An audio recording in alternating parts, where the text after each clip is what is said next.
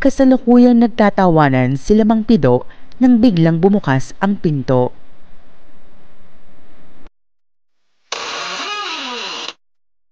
Tiya, ito na yung mga gamot ni... Natigilan si Gemma na halatang labis ang pagkabigla sa kanyang nakita. Napakapit siya ng mahigpit sa bitbit na puting plastik. Ang bait talaga nitong kaibigan ko. At maalaga pa. Kaya nga napakaswerte ko talaga sa'yo eh. Wika ni Toto na agad nilapitan si Gemma. Hindi naman napukaw ang tingin ni Gemma sa kasamang babae ni Toto. Bagamat walang sinasabi, ay ramdam ang tensyon sa buong silid. Ito na nga sinasabi ko eh, kaya dapat stick to one lang at huwag magpapaasa. Bulong ni Bong na batid ang pagkaasiwa ni Gemma kay Lay. Tumayo naman si Lay upang lapitan si Gemma. Binati niya ito sa kabumeso. Hi Gemma, akalain mong andito ka rin pala sa Negros. Akala ko kasi hindi ka makakapunta. Akala ko nga din eh.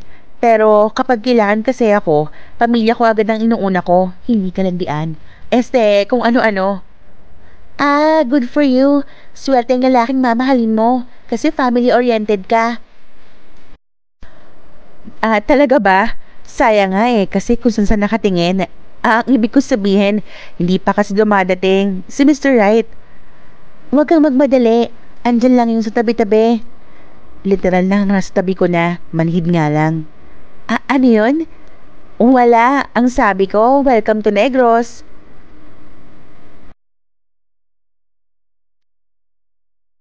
Lumipas pa ang ilang sandali at hindi maialis ni Gemma ang tingin sa magkasintahan. Lalo pat mahigit 20 minuto na silang magkahawak habang ikinikwento ni Toto ang mga nangyayari pagdating nila sa Maynila. Akalain mo, may 2 misyon ka pang nagawa. Mabuti na lang at ligtas kayong nakabalik dito sa atin. Oo naman tay. Chicken lang yun. Anak mo yata to, si Toto. Umira na naman ang kayabangan nitong mokong na to. Kanina pa kasi tayo nagkwekwentuhan. Hindi pa ba kayo nagugutom? Ako kasi, kanina pa kumakalamin tiyan ko. Kailan ka ba hindi nagutom? Sige na nga, bumili na tayo ng makakain sa labas.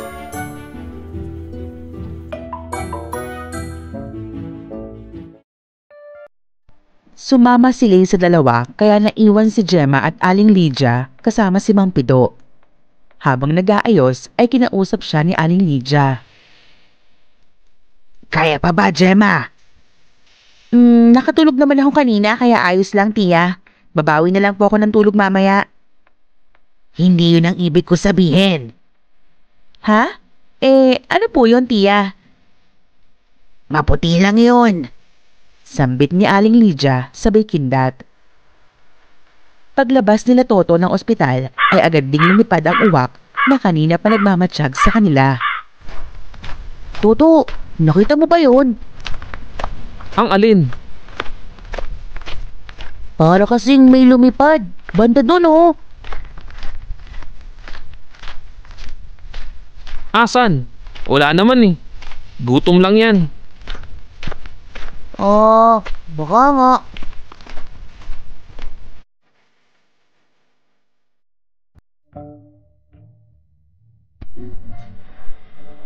Matapos kumain ay natapos na rin ang oras ng pagbisita sa ospital. Hi, I'm so tired na and sleepy. If you want, we can book a hotel or an inn para makatulog since hindi pa ayos yung bahay nyo. Actually, finally and basically, Toto is not going anywhere. Ano daw? Hindi ka naman lasing eh. Bakit nag-i-English ka? Pangaasar ni Toto habang pigil naman ang pagtawa ni Bong. Tigilan mo nga ako, Toto. Ikaw may iwan dito nang makauwi naman si Tia at makapagpahinga. At ikaw, Lay, huwag ka nang mag-inerte at may pa-hotel-hotel ka pa dyan. Doon ka na lang sa bahay matulog. Baka ipalapa pa kita sa aswang dyan. I mean, para mas homey ang feels at isa pa, kasama mo naman kami ni Tia Lydia. May point naman si Gemma. Magkita tayo bukas, babe. I guess wala naman akong choice. Mamimiss kita. Mag-good night kiss pa sana sila nang bigla siyang hatakin ni Gemma. Tara na at baka gabihin pa tayo. You're tired na, di ba? Sibat na, dali!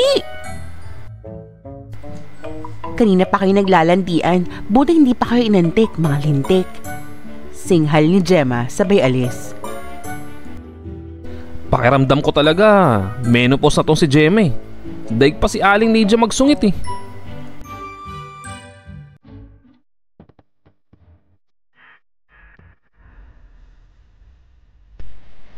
Sa gubat ay ibinalita ng uwak ang kanyang nakita. Labis naman itong ikinabahala ng leader ng mga gabunan pero agad din itong nakaisip ng plano. Kasama ka mo ni Toto ang kanyang nobya? Magiging alas natin kung makukuha natin siya. Tiyak kong hindi mapapakalit sa Toto at hahanapin niya ito. Pero kailangan natin planuhin ang bawat galaw. Isang panibagong digmaan sa pagitan ng mga aswang at aswang hunter ang nalalapit na magaganap. Magpatuloy kayo sa pagmamatsyag.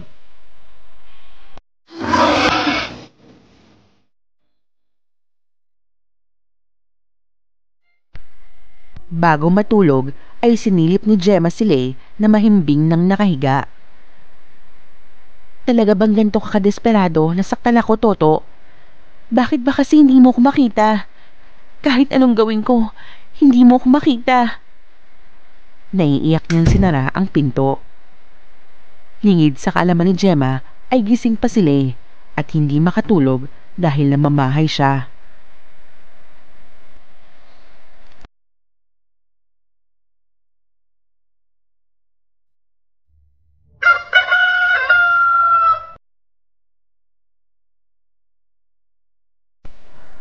Kinabukasan ay maagang nagising si Gemma.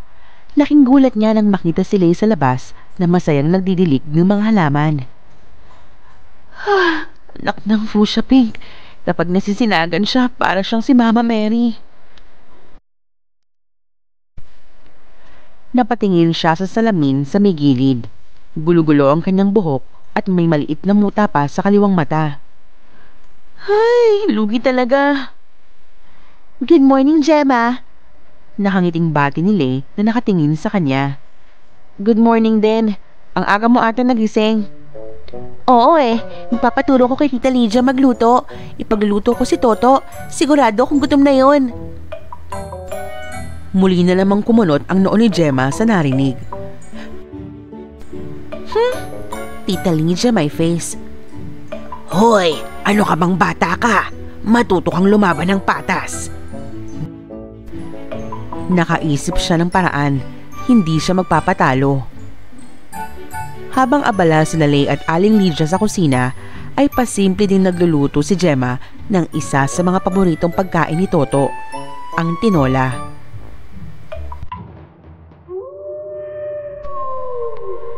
Sa di kalayuan, nagtipon-tipon naman ang ilan sa mga aswang na hindi sang-ayon sa utos ng gabunan. Ilang araw na kasi nilang hinahanap-hanap ang lasang karne ng tao. Ilang araw na rin tayong hindi kumakain ng tao. Kailangan ba talaga nating sundin ang mga gabunan? Kung tutuusin nga hindi naman natin sila direktang kalahi. Bakit ba kailangan nating maging sunod-sunuran sa kanila?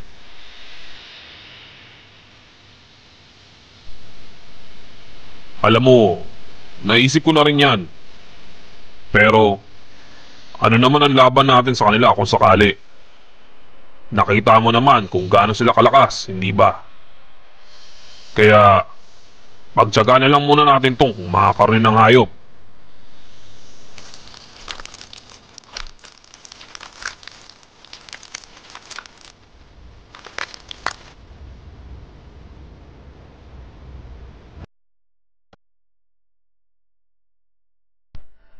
Pagdating ni Toto ay agad siyang sinalubong ni Lei. Wow, sa labas pa lang. Amoy na kagad ang bango ng luto nyo. Good morning, babe. Kamusta? Nakatulog ka ba ng maayos sa ospital? Good morning, babe. Arte-arte talaga nitong babae na to. Ibuhos ko sa'yo itong sabaw ng tinola nang matigil ka sa kaartehan mo.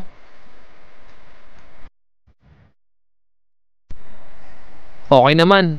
Medyo hindi nga lang nakatulog ng maayos. Gawa ng pagpasok ng mga nurse. Kawawa ka naman. Pero di bale, tinuruan ako ni Tita Lydia. Ipinagluto kita ng paborito mong adobo. Ayun no, tamang-tama. Gutom na ako. Habang abala sila sa pag-aasikaso, ay nabaling naman ang atensyon ni Toto sa kalalabas lang na si Gemma. Napatitig ito sa dalaga. Good morning, andiyan ka na pala.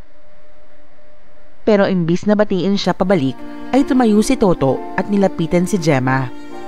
Sa sobrang lapit, naramdam niya na ang hininga ng binata. Marahan siyang hinawakan ni Toto sa muka habang hindi inaalis ang pagkakatitig sa kanya. Toto. Napapikit na lamang si Gemma. Ito na ata ang matagal niya nang hinihintay. Sa wakas ay napansin na siya ni Toto. Pero natigilan siya nang punasan ni Toto ang kanyang labi ng tissue. Ano ba naman yan, Gemma? Ang kapal ng lipstick mo. Mukha kang clown. May lagpas pa. Saan ka naman pupunta? Ang aga-aga. Sambit ni Toto saka itinapon ng tissue sa basurahan. Dumating na sila dala ang ulam kaya naman nawala na ang atensyon sa kanya ng binata. Nakakainis ka talaga. Ikaw ang hari ng paasa, Toto. Yamot na wika ni Gemma saka nagtungo sa kusina. Ano, kamusta? Masarap ba yung adobo ko? Anong masasabi mo? Oo naman. Kahit anong lutuin mo, yun ang pinakamasarap. That's so sweet. Ikaw talaga ang pinaka-the best boyfriend. Habang kumakain ay dumating si Bong.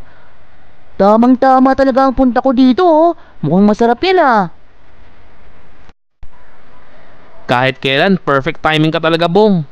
Tara, kain na. Gemma, hindi ba't may niluluto ka rin kanina? Dalhin mo na rito ng mahatulan na. Nakangising sambit ni Aling Lydia. Ha? Ano yun? Pambenta yun, tiya. Marami akong nakahanda dyang ulam. Kaya sige na at dalhin mo na dito. Oo nga, Gemma. Namiss ko na rin yung luto mo eh. Wala lang nagawa si Gemma at inihain na ang nilutong tinola. Kahit marami nang nakain ay nilantakan pa rin ni Toto ang tinola. Paborito niya ata yun at matagal-tagal na rin siyang hindi nakakain ng paboritong putahe. Grabe, Gemma. Ang sarap. Wala ka talagang kupas. Marunong ka rin palang magluto, Gemma. Nakangiting wika ni Lay pagkatapos tikman ng tinola. Oo naman. Ang lagay ikaw lang ang bida. Bulong ni Gemma. Sakto lang, hindi naman kagalingan. Anong hindi? Masarap magluto yan si Gemma. Siyempre, kanino pa magmamala kung hindi sa tiya niyang Ray na lang kusina. Hindi naman kami tututol dyan, Aling Lydia. Kaya nga, na-inlove sa'yo si Itay. Uy, si Aling Lydia namumula. Nagtawanan silang lahat habang nananatiling nakamatsyag ang uwak sa di kalayuan.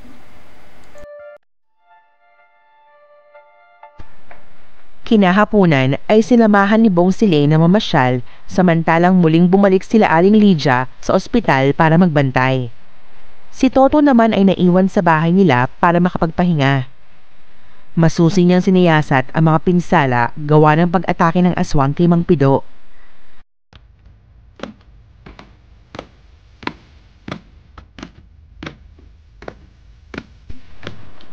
Mukhang balak talaga kaming iligpit ng mga aswang na yun. Sinira pa ang pinaghirapan namin ni Itay. Malas nyo lang. Dahil andito na si Toto, 25, ang gwapong aswang hunter ng Negros.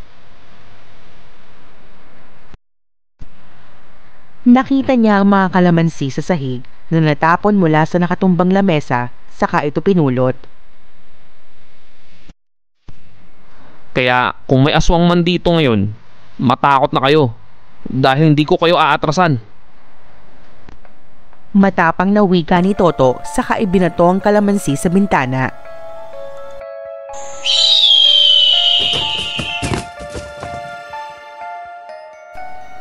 Ano yun? Pero bago pa man ito makita ni Toto, ay mabilis nag-anyong pusa ang uwak saka tumalon sa may bakod.